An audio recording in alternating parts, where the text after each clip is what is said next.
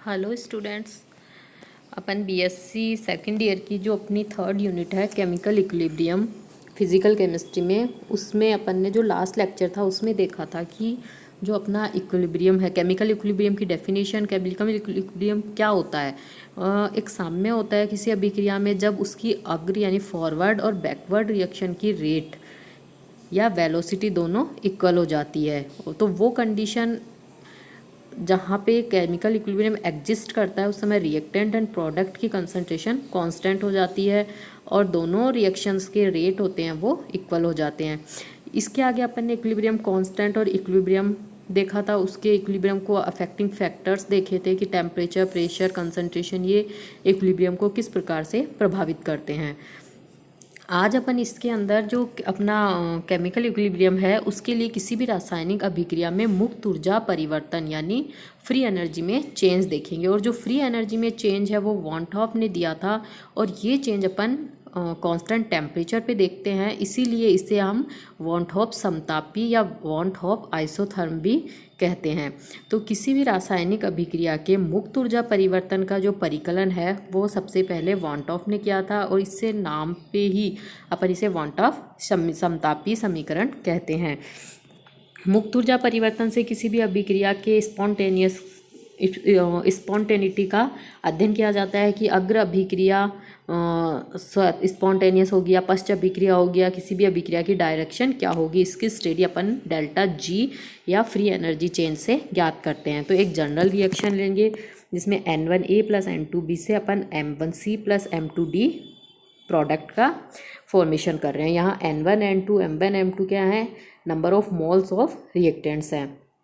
अब चूंकि अपन ने जो डेल्टा जी था, अपन ने थर्मोडायनामिक्स की जो यूनिट थी उसमें देखा था डेल्टा जी या डी जी गिब्स एनर्जी में चेंज या उसकी डिफरेंशियल फॉर्म डी जी आ रही थी minus S D T plus V D P. यदि इस अभिक्रिया को अपन चूंकि वॉन्टहॉफ समतापी देख रहे हैं, इसके आगे अपन सम आयतनी भी देखेंगे, तो अपन यहाँ आइसोथर्मल देख रहे हैं यानी टेम्परेचर कांस्टेंट होगा तो टेम्परेचर कांस्टेंट लगाएंगे यानी डी टी जीरो, तो ये पूरी चीज़ क्या हो जाएगी अपने जीरो। तो डी जी इक्वल टू क्या हो गया वी डी पी। अब अपन इसका इंटीग्रेशन करेंगे तो जो dp के रेस्पेक्ट में यानी p के रेस्पेक्ट में इंटीग्रेशन करना है तो जो v है उसकी वैल्यू अपन p की फॉर्म में पुट करेंगे। तो जो आदर्श गैस इक्वेशन है उससे अपन निकालेंगे v equal to R T बटे पी, ये अपन इक्वेशन 1 में पुट करेंगे और फिर इस इक्वेशन का अपन इंटीग्रेशन करेंगे। तो डी जी का इंटीग्रेशन हो गया जी आर टी कॉन्स्टेंट है क्योंकि कॉन्स्टेंट टेम्परेचर पे है और डी पी बटे पी यानी एल एन पी। यहाँ सी एक कॉन्स्टेंट है जिसे इंटीग्रेशन कॉन्स्टेंट कहते हैं। इस इंटीग्रेशन कांस्टेंट की जो वैल्यू है वो अपन प्रेशर की कंडीशन से ज्ञात करते हैं।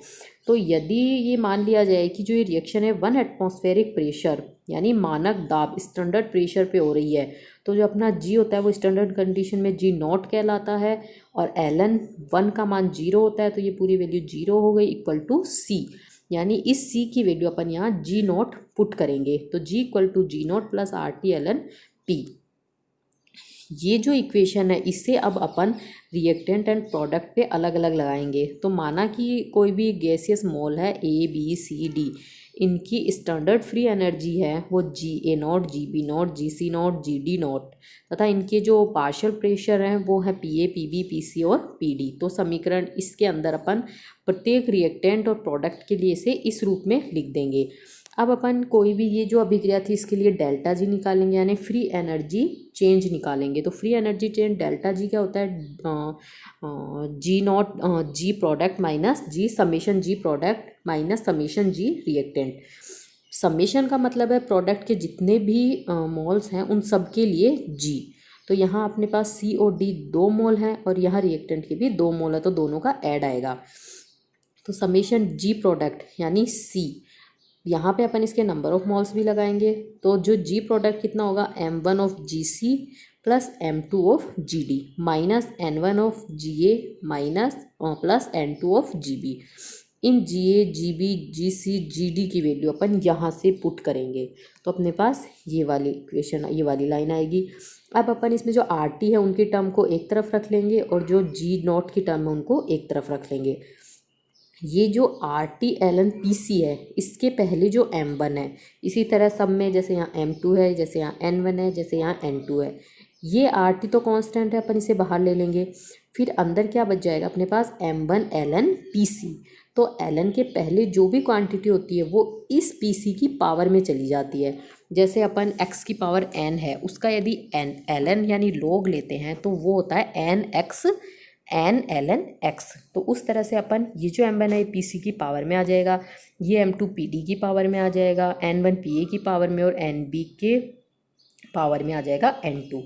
ये जो अपनी आ रही है प्रोडक्ट की जी नोट माइनस रिएक्टेंट की जी नोट, ये हो गया अपना जी नोट में चेंज, यानी delta G equal to G naught, delta G naught plus R T L N, ये वाला आ गया। ये इक्वेशन आ गई अपनी 5। यदि अपन इस इक्वेशन पे इक्विलिब्रियम की कंडीशन लगाएं जहाँ डेल्टा जी इक्वल टू 0 होता है, तो यहाँ इसको अपन 0 रखेंगे तो अपना डेल्टा जी नोट क्या आ जाएगा, आर टी एल एन, और ये पार्शियल प्रेशर की फॉर्म में। ये जो पार्शियल प्रेशर अपन इक्विलिब्रियम पे लगा तो यहाँ इक्विलिब्रियम पे लिखेंगे। अब अपन जानते हैं कि इक्विलिब्रियम पे यदि partial pressures of product upon partial pressure of reactant हो तो ये अपना क्या कहलाता है, इक्विलिब्रियम कांस्टेंट Kp कहलाता है। यदि यहाँ कंसनट्रेशन होती है तो Kc, और यहाँ प्रेशर है तो Kp। इस Kp की वैल्यू को यहाँ इक्वेशन 6 में पुट करेंगे तो अपने पास ये इक्वेशन आ जाएगी। इस जी नोट का मान समीकरण 7 से उठा के अपन इसे समीकरण 5 में रखेंगे तो ये अपने पास इक्वेशन आ जाएगी जी नॉट के पी। और ये है, ये एक क्यू पी फंक्शन आ गया। के पी तो है यहाँ इक्विलिब्रियम कांस्टेंट प्रेशर की फॉर्म में, जबकि यहाँ पे क्यू पी क्या है, क्यू पी तंत्र की उस अवस्था के किसी भी अवस्था में, किसी भी, ये तो था साम्य अवस्था में साम्य अवस्था स्थिरांक, जबकि ये तंत्र की किसी अवस्था में प्रोडक्ट के पार्शियल प्रेशर बटे रिएक्टेंट के पार्शियल प्रेशर का रेशियो है। तो ये तंत्र की एक अवस्था को व्यक्त कर रहा है, ना कि ये इक्विलिब्रियम कांस्टेंट है। केपी साम्य, ये जो दोनों इक्वेशन है, इक्वेशन नंबर 8 और इक्वेशन नंबर 7, ये अपनी क्या कहलाती है, वॉन ऑफ आइसोथर्मल इक्वेशन कहलाती है। अब अपन ये जो आइसोथर्मल इक्वेशन है, इसी की तरह अपन जो अपने मास लॉ ऑफ मास एक्शन लिखा था उसकी अपन थर्मोडायनेमिक डेरिवेशन देखेंगे। तो वही एक जनरल रिएक्शन लेंगे, ये वाली सक्रिय द्रव्यमान के रूप में देखेंगे। जो अपना लॉ ऑफ मास एक्शन था उसमें जो मास था वो सक्रिय द्रव्यमान मास था, ये एक इफेक्टिव कंसंट्रेशन थी। तो अपन यहाँ मान लेंगे कि प्रारंभ में ए और बी की सक्रियता है ए और ए बी, यहाँ ए उसकी सक्रियता या एक्टिविटी को दर्शा रही है, तथा सी और डी की आ गई ए सी और ए डी। तो वही टी ताप पर मुक्त ऊर्जा में परिवर्तन, टी ताप पर इन चारों प्रोडक्ट और रिएक्टेंट के लिए जो जी ए लिखेंगे वो अपन ये लिख लेंगे। ये वही इक्वेशन है जो अपन ने यहाँ से लिखी थी, ये वाली, इस इक्वेशन से अपन ने ये लिख दिया। यहाँ पे सिर्फ अपन ने अंतर इतना किया है, यहाँ अपन ने एक्टिविटी की फॉर्म में लिया है। जैसे ये वाली इक्वेशन थी, प्रेशर की लेंगे तो यहाँ प्रेशर आ जाएगा, यदि इसको एक्टिविटी की फॉर्म में लेंगे, सांद्रता की फॉर्म में लेंगे तो यहाँ सांद्रता या एक्टिविटी आ जाएगी। तो इससे अपन ये लिख लेंगे।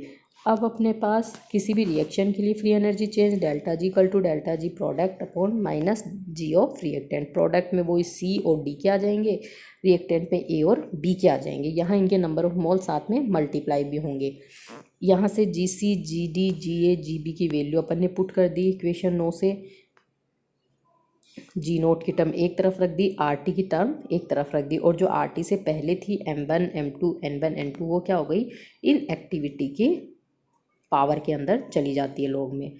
तो वही ये क्या बच गया, जी नोट प्रोडक्ट माइनस जी नोट रिएक्टेंट, इसका मतलब delta G naught plus R T, और ये एज इट इज आ गया। यहाँ पे भी अपन इक्विलिब्रियम कंडीशन लगाएंगे क्योंकि जो लॉ ऑफ मास एक्शन है वो इक्विलिब्रियम कंडीशन पे लगा है। रेट ऑफ रिएक्शन निकालते हैं तो इक्विलिब्रियम पोजीशन पे डेल्टा जी इक्वल टू 0, तो ये delta G naught equal to क्या आ गया, minus R T L N this.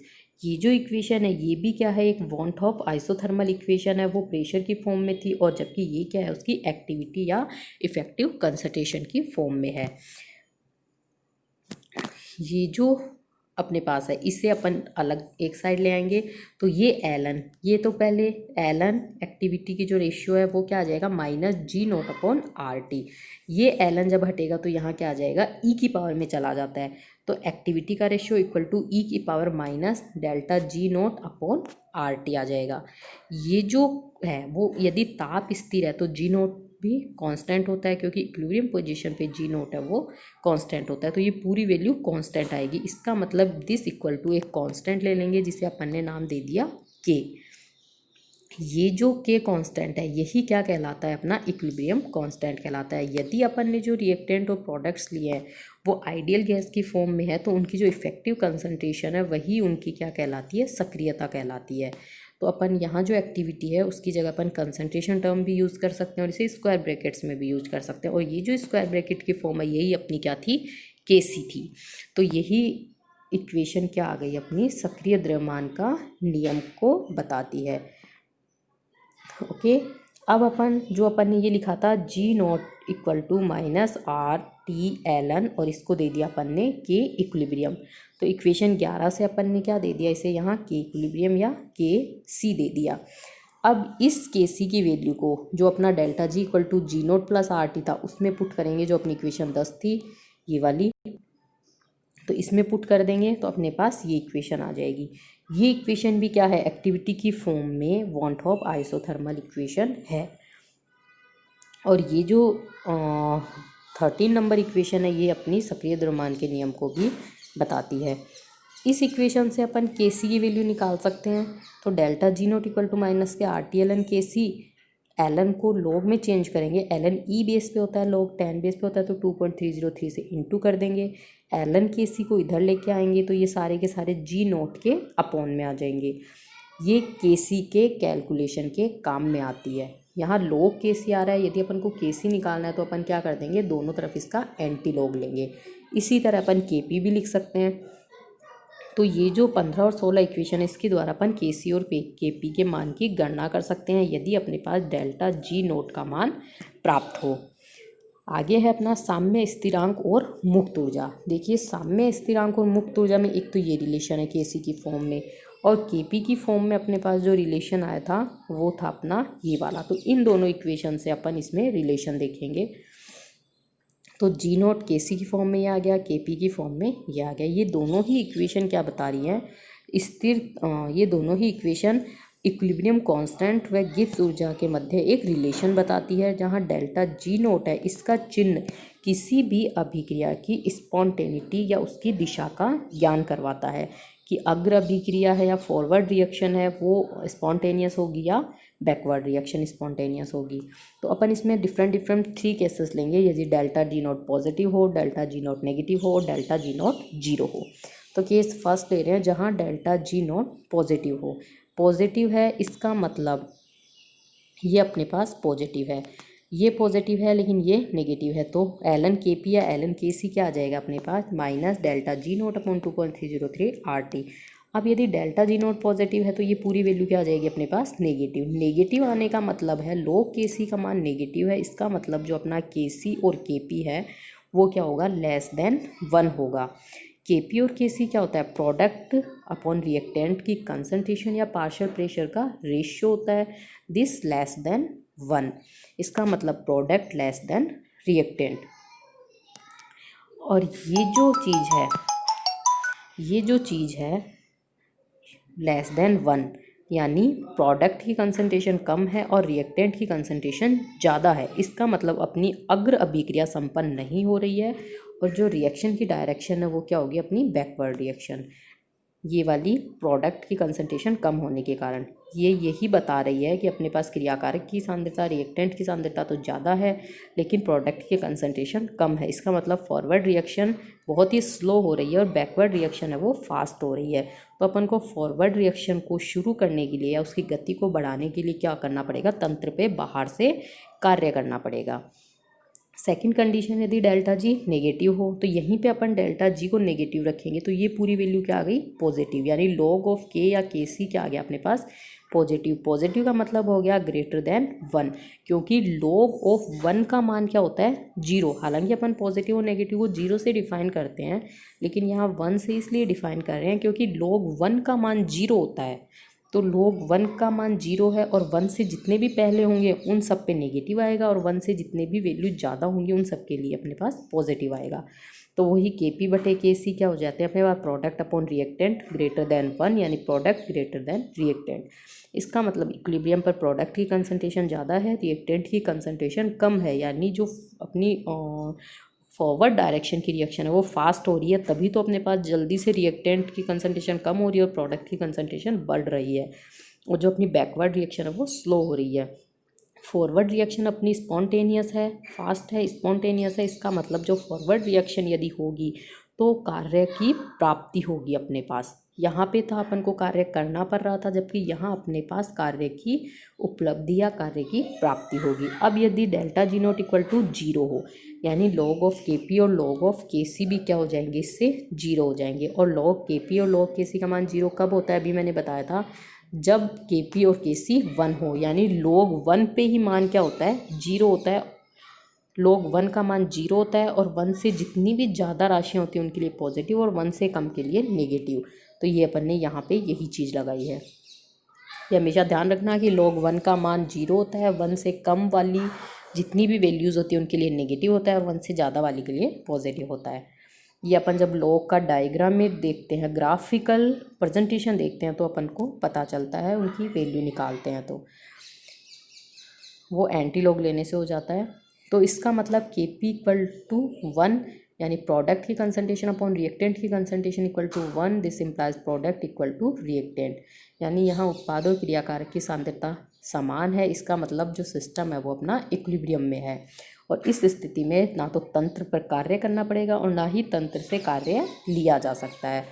अतः इन तीनों कंडीशन से अपन प्रूव कर सकते हैं कि जो माइनस डेल्टा जी है वो किसी भी रिएक्शन के लिए एक प्रेरक बल, डिराइविंग फोर्स के रूप में जाना जाता है। यानी ये बताता है कि रिएक्शन किस तरफ ड्राइव करेगी, किस तरफ बढ़ेगी, और यह प्रेरक बल होता है वो क्रियाकारक और उत्पादों की सांद्रता के, ताप के और दाब पर निर्भर करता है।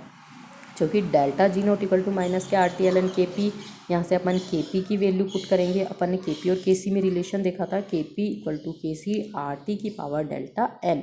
तो इस के पी की जगह अपन ये वैल्यू पुट करेंगे, ये आ जाएगी अपने पास इक्वेशन।